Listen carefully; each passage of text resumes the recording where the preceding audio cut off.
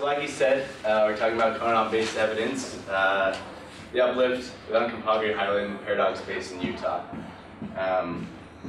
So just to kind of get a quick description of where we're talking about, what we're talking about. We're talking about the Four Corners area, southeastern Utah.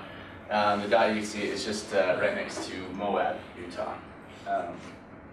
So the main question is, when did the Eagle Paradox Basin become isolated from one another through uplift of the Uncompahgre Highland? So right here, this area that we're talking about, we're just wondering at what time of its history did these two basins get separated from each other? So previous models that we found from Fram and Bond, 1982, they were telling us that the Uncompahgre right in this area, it had already been uplifted, separating those basins right here in the Paradox Formation. The second model that we found from Treadgill and Paz, 2009, they were just saying that from their data, they had some seismic data that they took, that during the same time that the Uncompahgre had not uplifted quite yet, and so these basins, during this time, during salt deposition, was still down, these basins were still together. From our research, we discovered that Model 1 is correct, that the Uncompahgre Highland was uplifted during that paradox formation, during salt deposition, as opposed to post-salt in the Honaker Trail Formation, as Treadgill and Paz said. So just looking more about the area, again, we got Moab, Utah, just about here. Up there in the box, Salt Valley, that's the area that we had our outcrop at. So zooming in, this is the Salt Valley dive here. Here it's pointing out the Paradox Formation conglomerate. That's kind of one of the key outcrops of our data. So here we're just south looking north at it. Here's the conglomerate layer that you can see. The red line here is the area that we were taking our samples from, where our stratigraphic layers were at that we're analyzing. It also continues down on the other side of the slope there. So looking at that area, this black line is the red line that we were just showing. And this just is showing that this area has been deformed quite a bit from the salt in the area. You know, of course, stratigraphically, usually you're looking, you know, just at a vertical angle, but what we saw, of course, it's very sloped instead of straight up and down. So here is the beginning of our stratigraphic column that we created. As you can see, layer 1 kind of correlates with the lighter sands that you can see here, and then this succession of the lighter and darker greens of the shales that we see here. So right here, layer 13 is our conglomerate. Then on the back side, there's just a big covered slope, and then we have layer 15 that was pretty key in the data as well. So the conglomerate layer is pretty key for the fact that there wouldn't be a hill here to take data from if we didn't have the conglomerate layer there.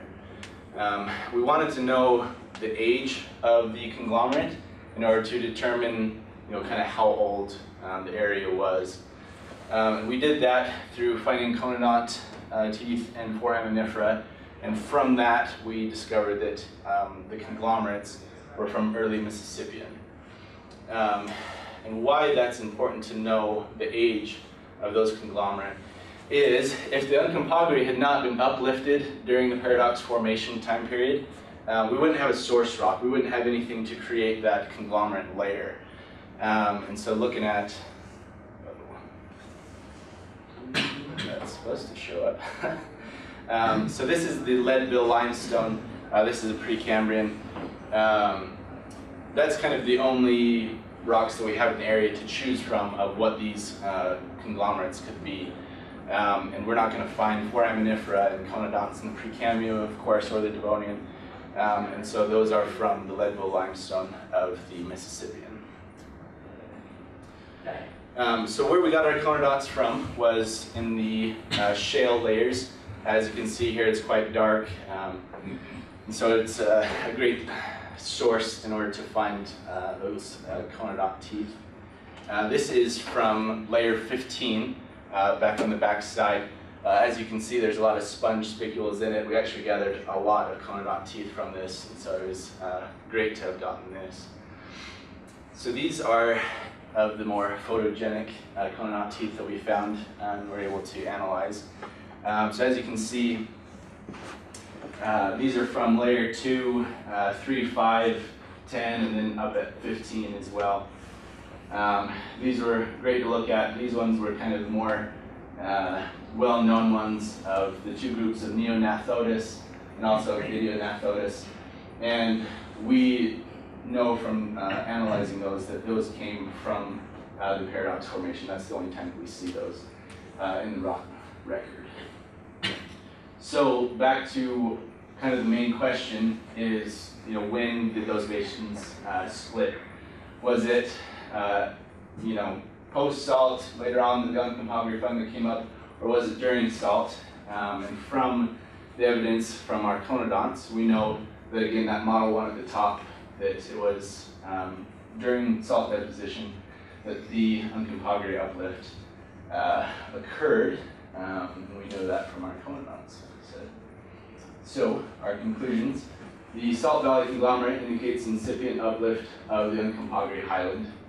Conglomerates are comprised of conglomerates of Mississippian age limestone derived from the Leadville limestone, like we saw from the conodonts that we found in the foraminifera.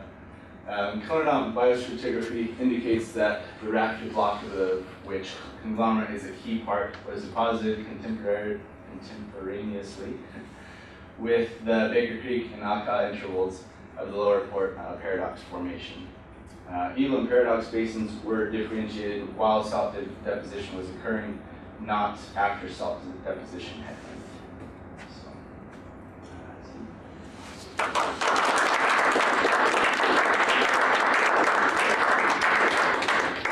We have time for lots of questions. I guess a little bit shorter than previously planned. But.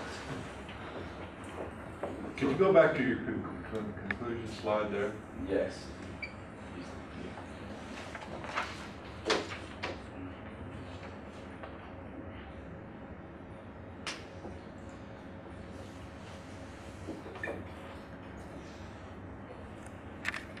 So I'm a little confused. Maybe I'm a little slow, but you saw conodonts come from the Leadville formation, right? Correct. Was there also conodonts from other formations, or that were deposited contemporaneously with the paradox formation? Sorry, say that one more time.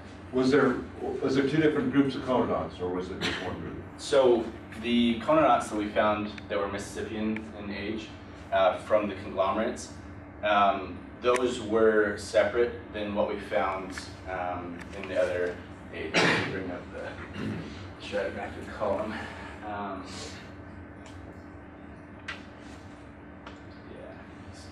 So go to slide 12. Yeah. So the conodonts and the foraminifera that we found, that was just dating the actual rocks that made up the conglomerate layer. But the other conodonts that we found were, instead of dating just this, it was dating the whole formation of when all of it was deposited, as opposed to just when the rocks were made. So they were different conodonts. So you found conodonts all through the section. Yeah. And so were those, did you see younger conodonts at the bottom and older conodonts at the top? No. So this conglomerate layer, I think, I'll show you different. Well, if you were getting an erosional, you should have, the top formation that was eroded should be the younger conodonts, and they were deposited first. And the older conodonts would have been lower down in the stratigraphic section, and they would have been eroded last, and they should have been on top. Reverse stratigraphy, right? Well, do these conodonts survive transportation in the fine grain? You know, I mean, you Yeah. that's, you see what I'm saying? He's saying that? So You're unroofing this thing, and you're getting older. You're getting older and older conodonts. As you're getting. But can you get rework conodonts? Is the question. Is if they're not in class. The 1 through 5, the only one that's not in situ, normal sedimentation, biostratigraphic context are the columns. The rest of that's just a straightforward Pennsylvania section. Oh, so they're in place, or Yeah, they? the only unroofing is. Okay, that's my question. So at the base of Unit 14, you don't find any rework conodonts then? No, those are all just Okay. living in that pro-delta basin. So you found those in the shales and the sand? Oh, that's pretty cool. So they're probably easy to get out to, but Yeah. and those are great specimens you're showing us, if they were all that. good. yeah, and that was, I mean, a very small part of it actually. We gathered quite a bit from all of our different. Yeah. I got a quick question. You show those the two models. You know, you show the two Blakey reconstructions. Yes. Are those for different times then, I assume? And you just treated them as if different models, or did he say? Yeah, so you could say that this would be kind of what happened earlier in the history, that this is happening. So what age did he say that one was versus the other one? I am not 100% sure, but I would believe that since the Uncompahgre uplift was happening, at least at this time, then our Model 2 could have been happening anywhere down in this region. But this, yeah, is kind of, I guess. I was just surprised he did such closely spaced reconstructions, I guess is what I'm saying. Does that make sense? Yeah, one's middle and supposedly the other one's late. That's how it is? Okay, all right. Well, great job, Judson, and let's give him a round of applause for